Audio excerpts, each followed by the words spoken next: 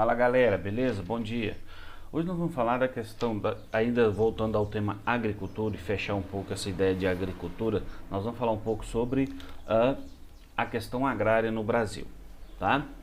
Então, o que é a reforma agrária? A reforma agrária é a reorganização da estrutura fundiária com o objetivo de promover e proporcionar a redistribuição das propriedades rurais, ou seja, efetuar uma distribuição da terra para a realização de sua função social. Entende-se por função social da terra a capacidade de produção dela para trazer o alimento a toda a sociedade. Tá? E a reforma agrária veio meio que reorganizar essa estrutura fundiária, que principalmente no Brasil foi muito desigual. E aí nós vamos ver isso durante a história, né? Nós temos aqui um gráfico que mostra assim, um pouco da questão desde o fim do militarismo, né? Onde existia algum pouco de reforma agrária. E se você observar, houve um pouco de reforma agrária com Sarney, quase nenhuma reforma agrária com Collor e Itamar. E o interessante é que aí ela teve um pico de reforma agrária. Eu lembro dos movimentos muito impulsionados pelo PT, porque sou dessa época, era jovem, mas sou dessa época, onde o PT, aliado ao MST, eles fizeram grandes movimentos contra o governo, e o governo Fernando Henrique, ele proporcionou algumas reformas agrárias. E o interessante é que ao ter o poder o PT, né, a reforma agrária diminuiu, né, durante os mandatos do Lula e da Dilma, né, não houve uma diminuição da reforma agrária, o que é meio contraditório, né? Então, se você observar com o FHC, houve 3 milhões e 532 mil propriedades rurais desapropriadas por decretos presidenciais. E na era Lula, não, 1990, né? Então é bem contraditório, interessante isso. Busque na história, você vai ver que o PT criticava o governo FHC para fazer a reforma agrária. No entanto, quando foi a vez deles, eles não fizeram a reforma agrária como o FHC fez, né? E outra questão também aqui, e se você observar também com o nosso amigo Bolsonaro, não existe reforma agrária, beleza? Ele é um defensor do latifúndio, ele é um defensor dos ricos. E aí nós temos essa ilustração aqui que demonstra bem o que é a reforma agrária hoje no Brasil. É os grandes fazendeiros protegendo o Brasil do povo para se alimentar, que é a reforma agrária, que é o principal objetivo da reforma agrária, é a distribuição igual da terra para a produção de alimento num todo, certo? Então vamos lá. A questão agrária no Brasil ela é bastante complexa, pois está relacionada com a concentração fundiária e a desigualdade e a pobreza no meio rural. A atual conjuntura do campo brasileiro é resultado de um processo histórico que culminou na desigualdade, no campo desigual. Então a história nos conta que as terras brasileiras foram distribuídas pela coroa portuguesa aos seus amigos, aos seus... como eu vou explicar para você, as pessoas que interessavam a eles. Isso tornou a questão agrária no Brasil desigual. Além do que, a colonização, principalmente no interior do Brasil, ela se formou da seguinte forma: algumas pessoas com mais posses detinham o poder e tomavam as terras dos indígenas ou de alguns camponeses, criando grandes latifúndios, que a história nos conta isso, né?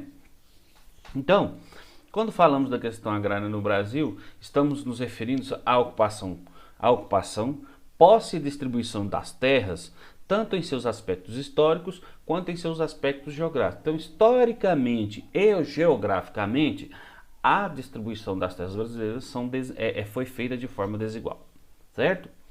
Nesse sentido, a distribuição das terras esteve diretamente ligada à colonização do nosso país, que foi responsável por um processo de ocupação que privilegiou apenas as elites econômicas da época, excluindo principalmente os povos indígenas, né, que hoje praticamente não tem terra, e o indígena, se tem uma nação que vive da terra, são os indígenas, os negros, né, os negros não tinham direito,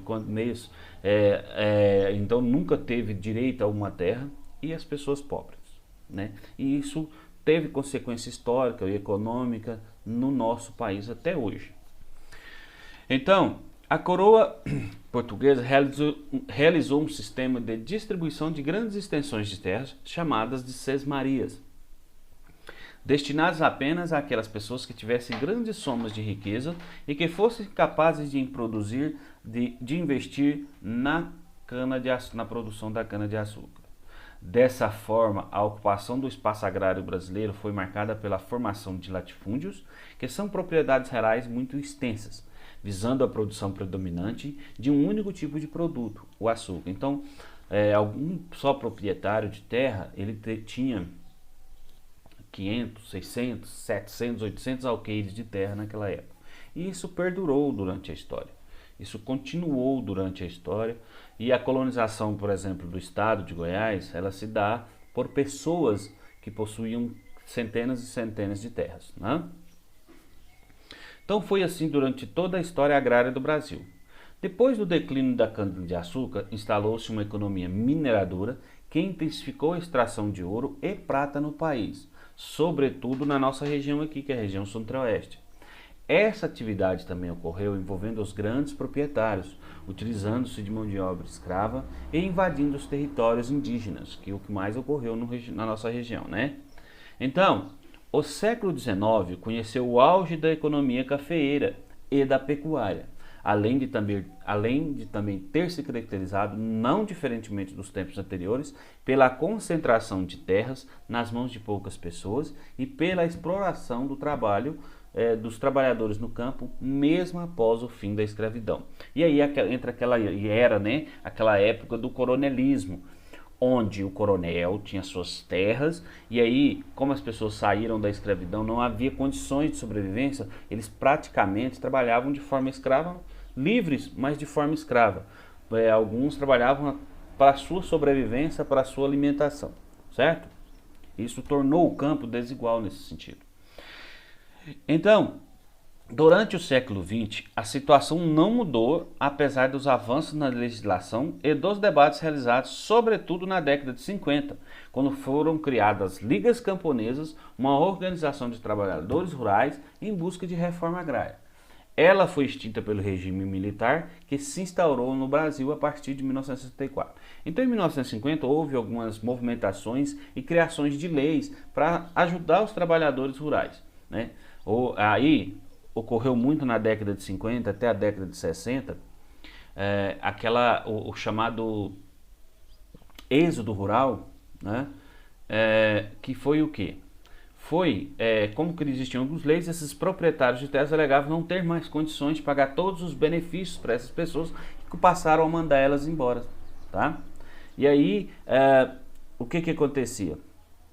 Eles não vou demitir, e aí as pessoas migraram para as cidades, mas continuaram trabalhando no campo em regime diário, né? Que é os trabalhadores chamados boia-frias, né? Ocorreu esse fenômeno. Eles não moravam nas cidades, não assinavam a carteira deles, né? Devido às leis, mas continuou pegando, e isso ocorre até hoje. Continuou trazendo esse trabalho, mas aí de forma diária. Ele pagava a diária para a pessoa e a pessoa levava a sua comida, né? Por isso boia fria, e saía das cidades e ia trabalhar no campo. E isso perdurou.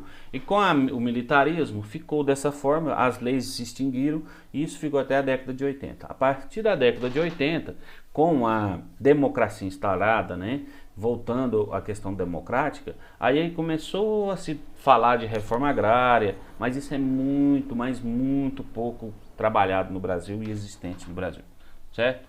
E nos dias de hoje piorou, praticamente morreu. Então, atualmente, apesar do café ainda ser um importante elemento para a economia brasileira, o principal produto cultivado no espaço agrário brasileiro é a soja, seguida pela cana-de-açúcar. Não diferente do passado, ainda existe uma elevada concentração de terras. O que mudou é que, a partir da década de 70, em um processo chamado de Revolução Verde, houve a substituição do homem pela máquina no campo, gerando uma massa de desempregados, e esse processo, aliado à industrialização do país, contribuiu para a intensificação da migração de pessoas do campo para a cidade, também conhecida por êxodo rural, que foi um dos responsáveis pelo atual momento de inchamento populacional nos grandes centros urbanos do país. Então, além das leis trabalhistas, de toda a questão da colonização, de grandes latifúndios, da monocultura, que é um cultivo de terra que exclui o trabalhador, houve a mecanização, que talvez foi o principal motivo do êxodo rural, que foi as pessoas saírem do campo e irem para as suas cidades. Tá?